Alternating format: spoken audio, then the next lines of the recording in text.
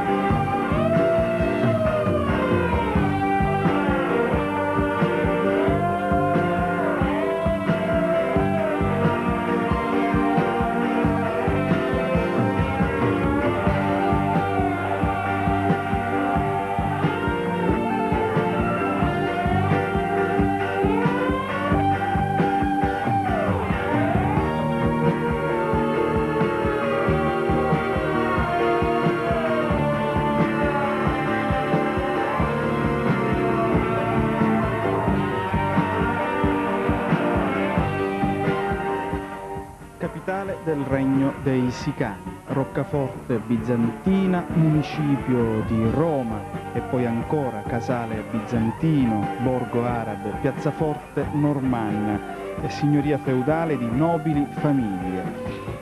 Sorge nel sito in cui i reperti archeologici attestano l'esistenza di un'antichissima città sicana che si suole essere Comico. La capitale, la mitica capitale del regno di Cocalo, il re dei Sicani.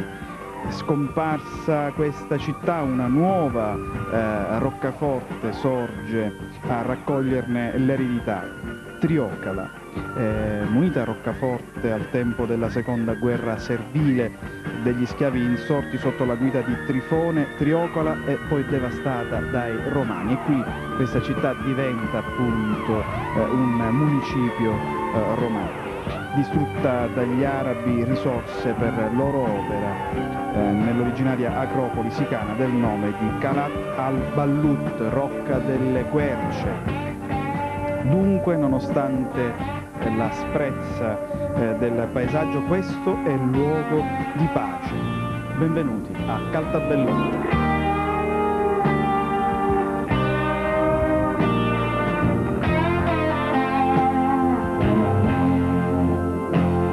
Sindaco, in poche parole spieghi cos'è Caltabellotta. Caltabellotta è uno dei paesi più belli della Sicilia. Il suo nome è arabo e deriva da Calat el Belut, Rocca delle Querce, che sorge un pochettino dalle rovine di due grosse città, la Camico, che era nella parte alta di Caltabellotta, e la Triocala, che era a valle, che fu antica sede vescovile.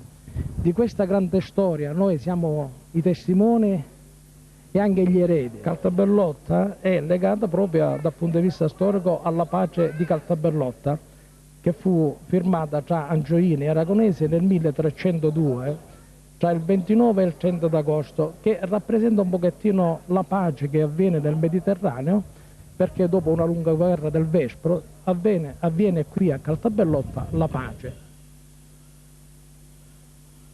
Cuore sociale e politico di Caltabellotta è la piazza Umberto I, dove è possibile visitare la chiesa madre del Carmine e la biblioteca comunale. La matrice emerge sull'invaso con la sobria facciata cuspidata appena ravvivata dai conci a faccia vista, sui quali si articola il portale a piattabanda di disegno rinascimentale. All'interno la profonda navata è aperta a destra e a sinistra su 6 cappellette. Geometrici decori ornano la volta a botte, esaltando nel loro frigido rigore una bella serie di tempere con scene della Sacra Famiglia del contemporaneo Messina. Nel presbiterio, sull'altare, sovrasta una Madonna delle Grazie del 1534 di Antonello Gaggini, all'interno di una nicchia indorata eseguita dal figlio Fazio. Sospesa su un'ampia gradinata, sul pianoro che sovrasta l'intero abitato di Caltabellotta, l'antica matrice, intitolata all'Assunta. Si levai di un lungo sogno, vidi i ruderi del castello Condeluna, sormontato da un pizzo che sfiora 1000 metri. Sono salito fin lassù, ovunque lo sguardo io giro, immenso Dio ti vedo. Nelle opere tue ti ammiro, ti riconosco in me, e guardando le meraviglie della natura, in quest'angolo più bello del mondo, mio Dio, prostrandome ti adoro.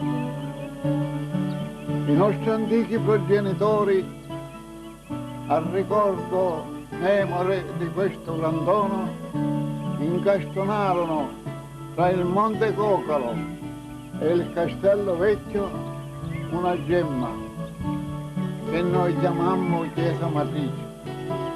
Isolato sulla destra, il tozzo campanile riutilizza una torre d'avvistamento normanna, o forse saracena. Anche la chiesa è di fondazione normanna, soggetta a ripetuti interventi, visse dopo il XVI secolo molte fasi di modifiche. All'interno, l'impianto basilicale a tre navate manifesta le tensioni strutturali del complesso nell'imponenza delle alte arcature, ogivali, spioventi su una serie di pilastri circolari, in passato ricoperti di affreschi. Oggi il degrado regna sovrano.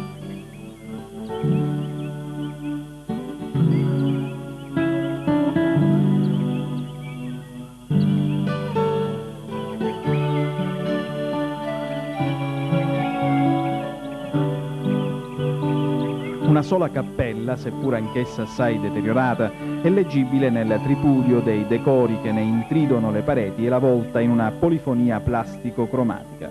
È la cappella della Madonna della Catena, la prima a sinistra, densa di stucchi e affreschi raffiguranti storie di santi, opera tra il 1591 e il 98 del giulianese Antonino Ferraro. Sull'altare la statua di Santa Maria della Catena, insigne opera di marmo di Giacomo Gaggini.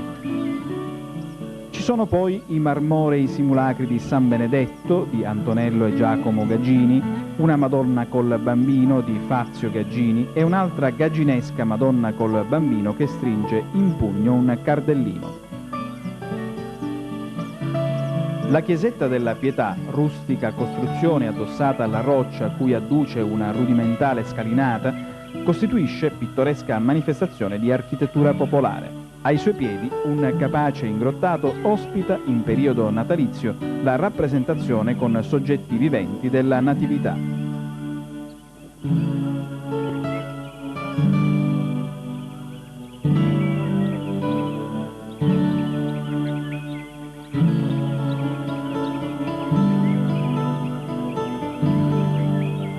Più avanti si raggiunge un belvedere, da dove una scalinata porta all'eremo di San Pellegrino, massiccio edificio conventuale, oggi in stato di agonia. Venne ampliato su una originaria fondazione normanna nel Settecento, nel sito in cui la leggenda colloca la vicenda del trionfo del santo vescovo sul drago divoratore. E qui siamo nel luogo forse più simbolico di Caltabellotta, ci troviamo nella Grotta del Male, siamo nei sotterranei del convento di San Pellegrino. La leggenda vuole che qui si rifugiasse il drago, questa infatti è chiamata la Grotta del Male e pare appunto che questo drago mangiasse i fanciulli. Probabilmente questa è un'ara pagana in cui appunto venivano sacrificati i bambini. La leggenda vuole appunto che San Pellegrino, che invece faceva eremitaggio nella grotta sovrastante, la Grotta del Bene, sconfiggesse il drago. Probabilmente la leggenda ha anche origini veritiere, qualcosa di vero ci sarà, ed è la leggenda comunque principale di Caltabellotta.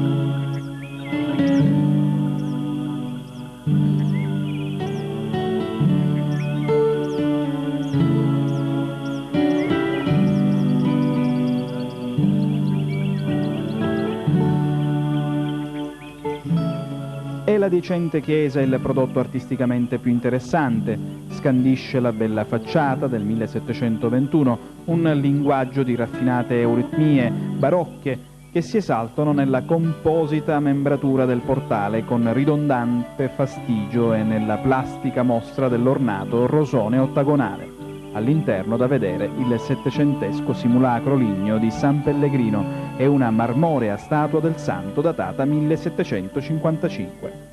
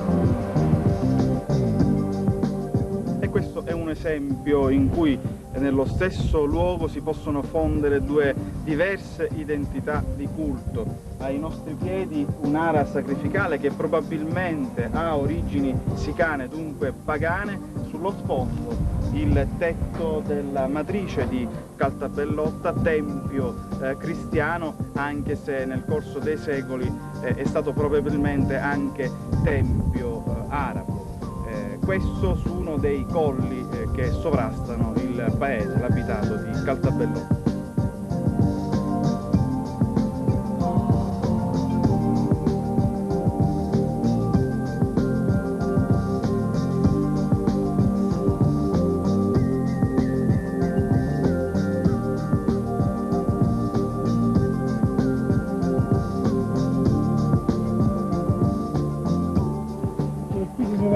Gli invitati, quelli che portavano l'animale da sacrificare.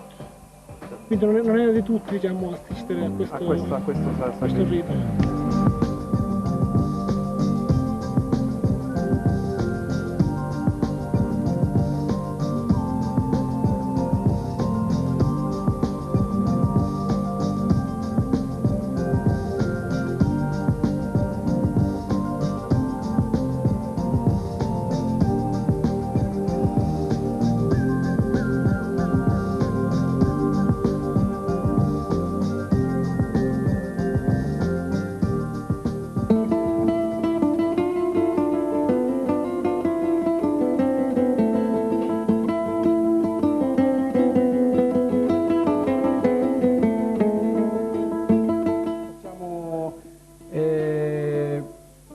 Avere la possibilità di fare dei piatti tipici proprio con delle erbe spontanee tipo finocchietto selvatico, tipo per esempio un'erba che ha un giuffetto chiamata, non so io...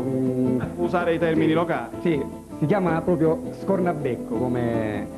E nel periodo della festa di San Giuseppe si prepara proprio un sugo con gli asparagi, che sono un'altra cosa molto importante che crescono proprio qua in montagna.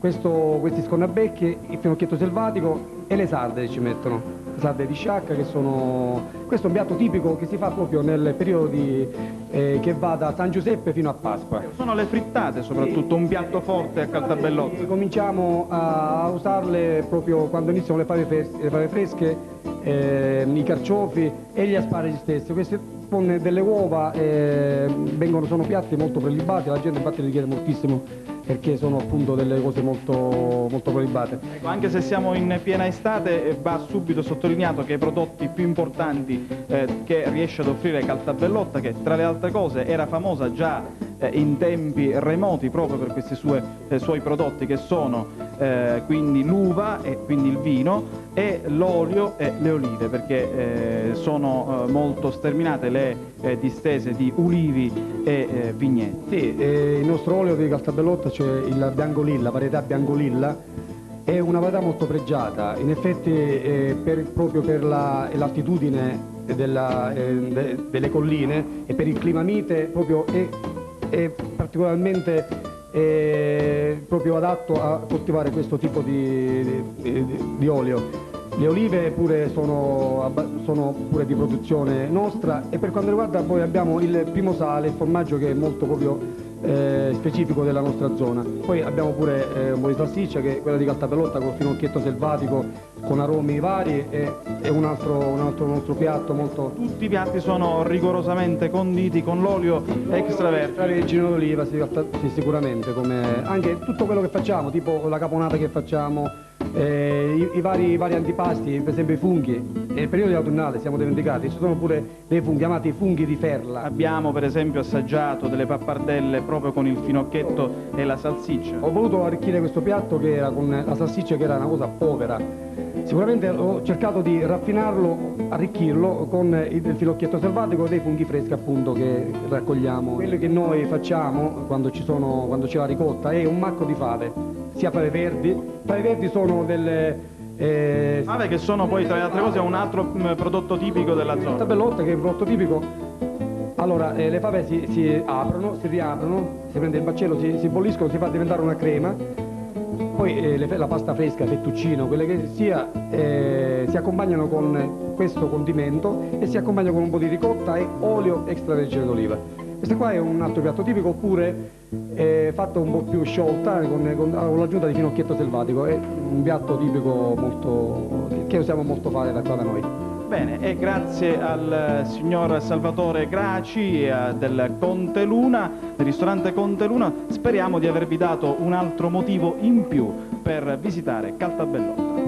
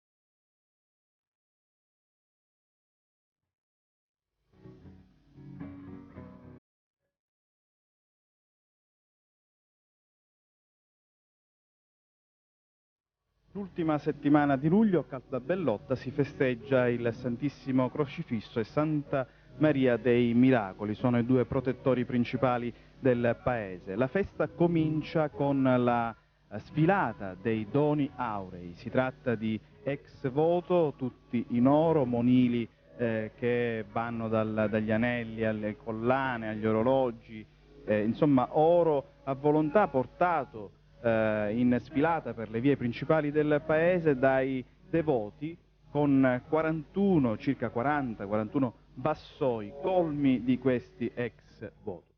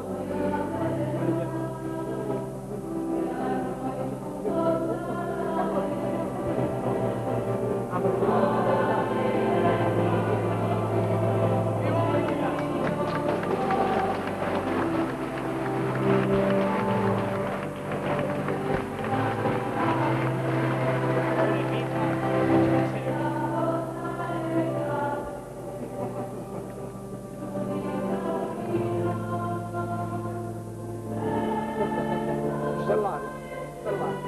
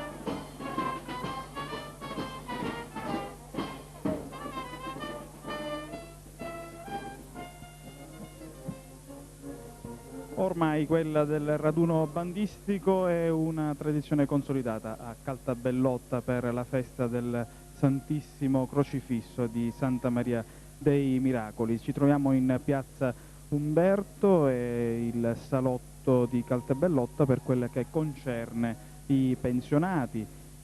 Su questa piazza infatti, su cui si affaccia la chiesa di Santa Maria Monte Carmelo, ci sono le sezioni di partito, c'è il bar Randazzo con i pensionati che all'ora del tramonto prendono qualcosa da bere, prendono la classica granita di limone e per questo giorno ascoltano le bande che arrivano da tutte le province della Sicilia.